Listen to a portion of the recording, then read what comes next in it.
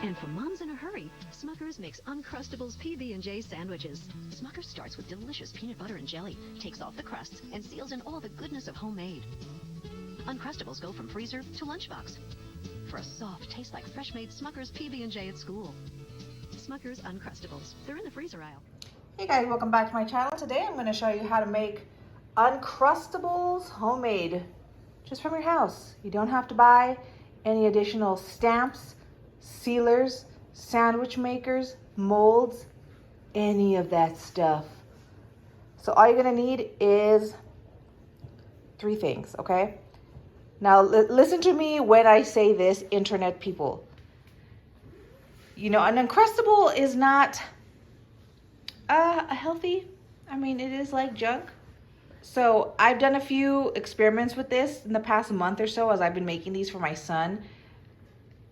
And you will have to buy the cheapest caliber of white bread.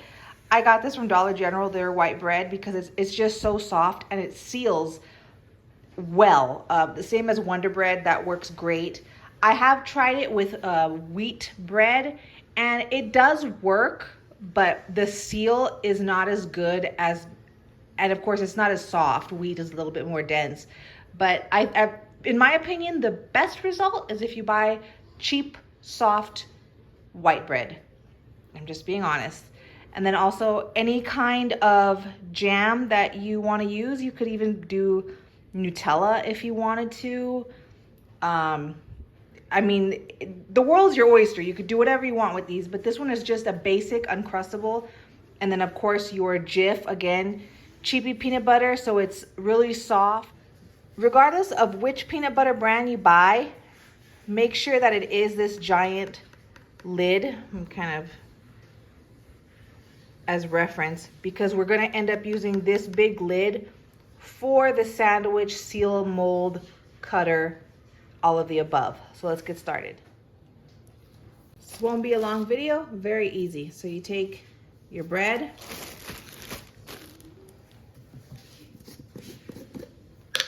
put that aside. Now with the Crustables, you don't want to overfill the sandwich with your filling, because it'll just ooze out. Like it's really not a lot. So maybe just like a small teaspoon's worth, and then just kind of like smear it just a little bit. And then with the jelly, same thing. Just get a little teaspoon worth, kind of smudge it. And here's what I figured out, because I watched some other videos when I was like, there has to be a way to make these at home, because you know, you start buying these Uncrustables, the kids eat them like in one day, and it's not cheap. So other people had like molds and sandwich sealers, but I figured this out and it works a lot better. So just kiss. Then, like I said, we're just gonna take the lid, you're gonna put it right in the middle, and you're gonna press it real hard, and then kind of like, I'm pushing and twisting, right? So it cuts the sandwich out. Then, you see in here, just kind of do that, check it out. Look it sealed it. Let's kind of break it open so you can see.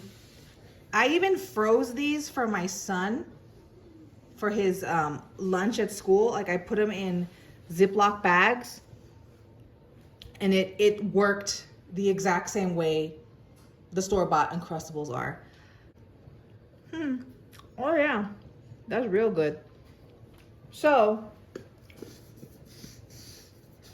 and I do have a tip with the leftovers. One thing I was doing when I like mass make these, like for a whole week's worth, once I get all these little side crusts, I'll pop them in the oven like on a, I'll pop them in the oven like 350 for maybe 10-15 minutes to kind of toast them. And then I'll run them in a food processor, and then I just use them as homemade breadcrumbs when I make meatballs, meatloaf. I mean, yeah. So try that. But this works really, really well. Yep. Life hack. I've been doing this more often.